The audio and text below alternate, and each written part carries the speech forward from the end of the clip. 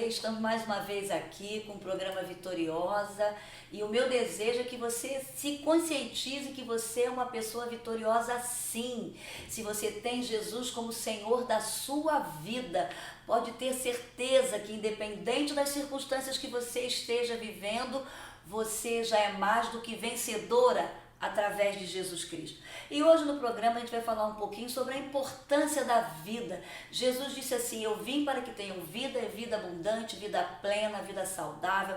E a gente tem visto aí como os meios sociais, né, como as mídias têm investido em favor do aborto, falando para que a mulher é dona do seu corpo, ela pode, independente do que esteja acontecendo, né, retirar esse bebê, porque ela tem um bebê, não é nem um feto, é um bebê dentro do seu ventre. E eu estou aqui, uma mulher de Deus muito especial, que passou por uma experiência também do aborto, e eu tenho certeza que a história da Viviane Picorelli vai ser bênção para a sua vida. Talvez você que esteja assistindo aí, né, você praticou um aborto e talvez você ainda carregue culpa. Eu quero te dizer logo de início, se você tem Jesus como Senhor da sua vida, se você se arrependeu dos seus pecados, olha, Satanás não tem mais nenhuma legalidade sobre a sua vida. Você é uma nova mulher, sabe? Você tem uma nova história de vida pela frente. E eu queria, Vivi, que você começasse contando um pouquinho da sua história, né? Quem sabe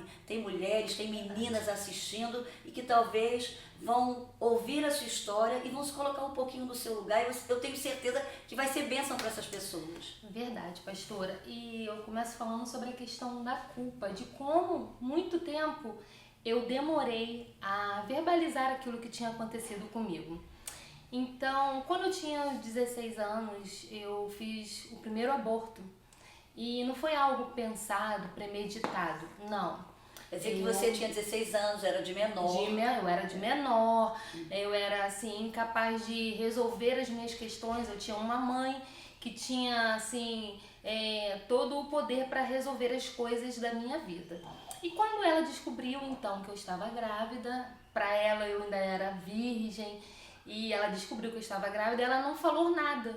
Ela simplesmente no dia seguinte, eu acredito hoje que foi um ato de desespero por eu ser uma menina de 16 anos, ela trabalhava fora e ela me acordou durante a madrugada, era por volta de umas 5 horas da manhã, e disse que era para eu me vestir. E assim eu fiz. E entramos num táxi, eu me lembro muito bem, nós chegamos num local, um calçadão bem extenso, e chegamos num local e lá estava escrito que era uma clínica ginecológica. Eu tinha toda a característica de uma clínica ginecológica normal. E eu só fui entender o que estava acontecendo quando uma senhora estava ao meu lado e ela me perguntou de quantos meses eu estava e se eu estava nervosa. Aí eu fiquei assim, sem saber o que estava acontecendo, e no desenrolar daquela conversa, ela então falou. E aí eu fui entender. E aí, mesmo naquela situação, minha mãe ficou calada e eu também. E aí nós fomos lá, eu fui a primeira da fila, porque eu me lembro que tinha uma senhora, essa senhora do meu lado, e quando ela foi verificar a pressão estava muito alta, então eu fui a primeira, naquele dia, a fazer um aborto. Eu quero aqui até abrir um parêntese, que eu fiquei muito chocada. Uma coisa que me chamou muita atenção foi que a fila era muito extensa. E ali tinham senhoras, meninas novas, de meia idade, todas elas ali prontas para matar o seu bebê dentro do útero. Então, e muito interessante, quando você chegou lá, não te deram nenhuma orientação, já foram mandando você entrar. Não, a única coisa que eles... os procedimentos? Isso, a única coisa que eles fazem é verificar a pressão, os batimentos cardíacos, como se você fosse fazer uma cirurgia mesmo. E aí, depois que você toma aquela anestesia, você já não perde sentidos, e quando você acorda, você não tem nenhum tipo de orientação, nada disso. Eles mandam você levantar, se vestir e ir embora pra casa. Bom, aí você saiu, né? Saí. Correu tudo bem. O que aconteceu depois? Você teve alguma hemorragia? Teve que fazer algum tratamento? O que aconteceu a partir desse aborto? Então, a partir desse aborto, não aconteceu nada, assim, eu não tive nenhum tipo de problema quanto a isso. Mas aos 17 anos eu engravidei novamente.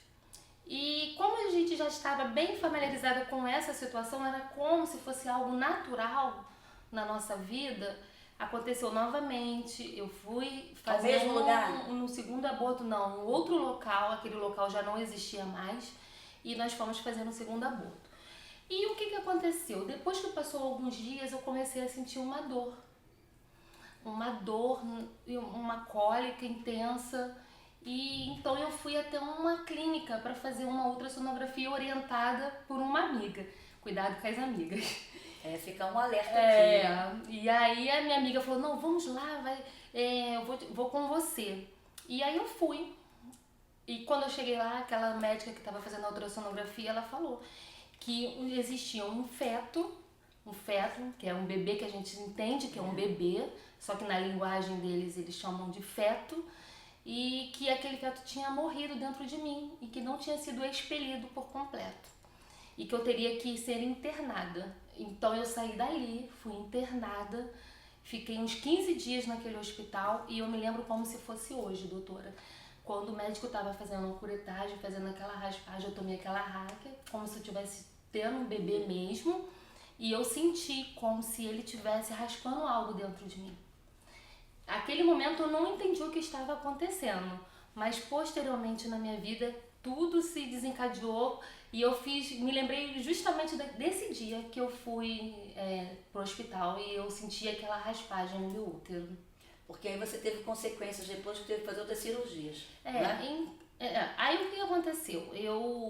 Passaram-se um tempo, eu me casei, enfim, mas antes de me casar eu descobri que eu estava enferma, eu fui acometida da endometriose, que hoje em dia é uma doença, uma enfermidade muito conhecida, mas na época não. E na minha primeira cirurgia eu tive que tirar o meu ovário direito e a minha trompa direita. E foi muito difícil porque eu já me lembrei, eu já tinha aceitado a Cristo, a minha família anteriormente não era cristã, ninguém. E o médico disse pra mim que provavelmente eu nunca mais iria engravidar, mas que ele iria fazer de tudo para me ajudar e tentar preservar o meu útero e o meu outro ovário e trompa.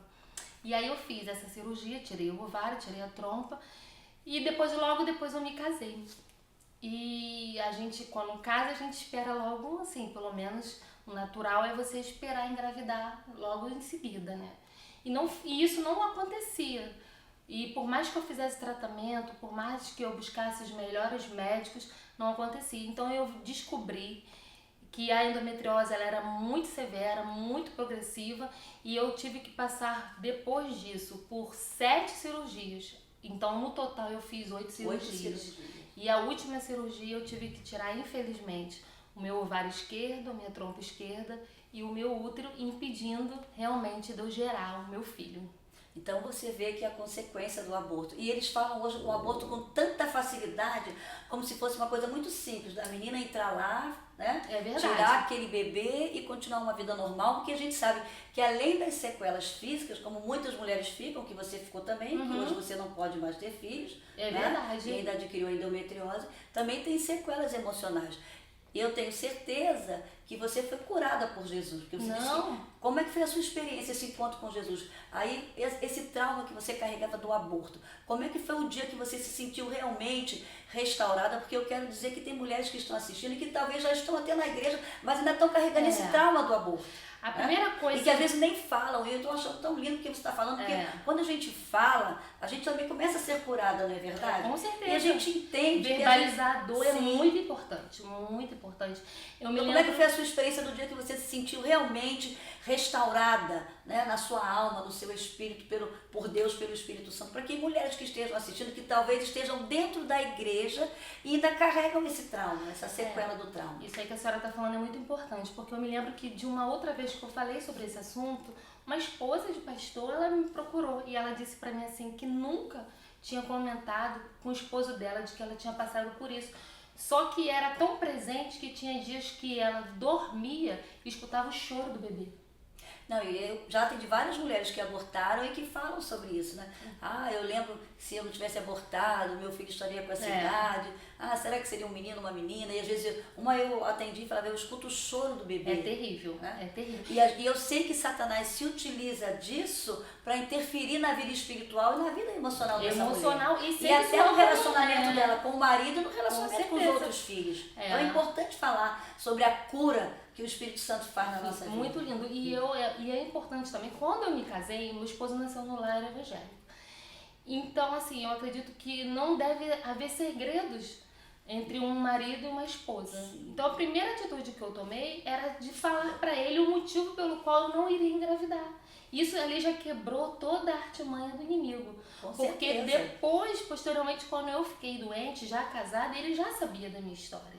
Então, o primeiro passo é você verbalizar aquilo que você passou, que você vivenciou e fazer com que essa culpa que até hoje você sinta, você se desfaça dela, e isso só o Espírito Santo de Deus mesmo para fazer. Então, E o bonito que eu acho, Vi, que você usou agora, por exemplo, a sua dor para investir em mulheres, para investir em pessoas, não é verdade? Isso aí. Você tem um projeto hoje muito bonito, o Projeto Ana. Fala um pouquinho desse projeto. O Projeto Ana, ele é voltado para mulheres portadoras de endometriose, mulheres inférteis e também mulheres que fizeram um aborto e hoje não conseguem engravidar. Eu entendo que como o Espírito Santo ele me tratou emocionalmente, ele é capaz e tem todo o poder para tratar você, mulher, e te curar também, porque nós temos visto mulheres sendo curadas, restauradas emocionalmente e fisicamente através do Projeto Ana. E o que é o projeto? É um projeto onde a gente reúne mulheres, a gente faz orações com essas mulheres, onde mulheres que eram inférteis se tornam mães, mulheres que não eram saradas emocionalmente hoje, elas são curadas, tratadas pelo Espírito Santo, e mulheres que fizeram um aborto, elas encontram nessas outras mulheres que também fizeram um alento para aquela dor dela e de que é possível ela deixar essa dor para trás e continuar a vida dela. E o bonito é que ela pode usar a vida dela como experiência para outros, para fazer uma prevenção. Como você está falando aqui, eu tenho certeza que talvez meninas que estejam assistindo, mulheres que estão até pensando, né, em abortar, você está fazendo uma prevenção, mostrando que não vale a pena. Não vale a pena. E que você também, mesmo não podendo gerar filhos biológicos, você adotou. Isso que eu ia falar. Mulheres podem fazer isso também. Muito bom. A gente tem um projeto, né, tantos projetos assim que a gente fala que se chama Do Coração Procedem as Saídas da Vida, que é um projeto voltado para casais que não conseguiram ainda engravidar. E esse projeto a gente apresenta como é a adoção. Como é possível a adoção se tornar um meio dessas pessoas se tornarem pais. A gente encontrou muitas barreiras, engraçado, no meio evangélico, porque ainda existe muita resistência. E aí eu sempre ficava me perguntando, gente, eu contava para Deus, como é que a gente vai esclarecer para essas pessoas que o Senhor, que Deus, Ele aprova a adoção. Primeiro a gente sabe que nós fomos adotados também. E aí depois eu fiquei ali, a gente lendo a Bíblia, aquela coisa toda, e a gente vai pensando de que o próprio Senhor Jesus, Ele era conhecido como Jesus o Carpinteiro, profissão de José. Coisa linda, né? Que era seu pai adotivo aqui na Terra. Então a gente sempre gosta de usar essas passagens de quando Jesus ele se perdeu ali dos seus pais, e aí quando a sua mãe volta para reencontrar, e ela usa a palavra eu e seu pai, o seu pai e eu estávamos à sua procura. Então ela estava falando de José. Então assim, você que de repente quer conhecer um pouco mais sobre adoção, vale a pena. De repente hoje você aí querendo se tornar pai, mãe, eu tenho certeza que vai ser uma ótima solução para vocês. Com certeza, a gente sabe que esse sonho de ser pai você pode realizar sendo pai do coração. A gente está no finalzinho, Vivi, e aí eu quero pedir que você faça uma oração por mulheres, né? Você passou por essa experiência, foi restaurada pelo Espírito Santo, mulheres que talvez estejam assistindo e estejam ainda carregando essa culpa, porque o diabo ele é nosso acusador, mas a gente quando é lavado e remido no sangue de Jesus, a gente sabe que toda a culpa foi levada lá na cruz do Calvário. Então que você olhe agora por mulheres que fizeram um aborto e que se sentem traumatizadas, porque eu creio no poder da oração. Eu também creio. E para que pessoas que estão assistindo, que talvez estejam pensando que não façam. É Não importa se é um bebê, talvez de uma gravidez inesperada, indesejada, se é um bebê fruto de um estupro.